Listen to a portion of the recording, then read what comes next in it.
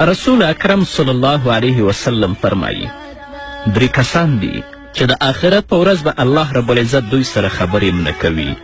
الله رب العزت به په نظر د رحمت هم دوی ته نه ګوري او دوی به د ګناهونو نه هم نه پاکوي او په پای کې وایي چې ولهم عذاب علیم او د دوی دپاره دردناک عذاب دی. صحابه کرام چې کله دا خبره د رسول الله صلی الله علیه وسلم نه اوري، رسول الله صلی الله علیه وسلم ته فرمایي خابوا وخسروا من هم یا رسول الله صلی الله علیه وسلم، دوی خو تباه او برباد او زیانکاران شول، دا څوک دی ای د الله رسوله موږ ته یې راوپېژنه. رسول الله صلی الله علیه وسلم ورته فرمایي چې اول کس په دیو کې منان دی. منان هغه چاته ویل کیږي چې چا سره یو احسان او نیکي کوي، په هر مجلس کې هغه ورته یادوي.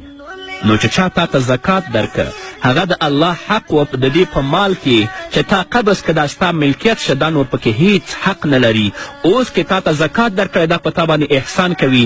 د دغه حدیث د وعید لاندې دا کس هم داخل دی چې تا ته یې درکړي دي، د دې د ملکیت نه خارجې شوې، دا ستا حق شو، نور حق نه لري چې ستا نه د دې شیانو غوښتنه وکړي.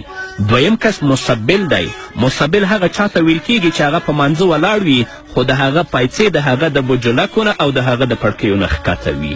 او دریم کس هغه څوک دی چې په خپل مال باندې د دروغو قسم خوري. یو مال یې راوړی دوکان ته په 10 روپۍ باندې، خو چې کله مشتري او خریدار ورته راشي، هغه ته قسم خوري چې ما دا په 12 روپۍ باندې اخیستی. نو د 3 طبقې کسانو سره به د آخرت په ورځ الله نه خبرې کوي، نه به په نظر د رحمت ورته ګوري او نه به د ګناهونو نه پاکوي، او د دې ترڅنګ به د دوی لپاره دردناکه عذاب وي. بل پیغام ووایي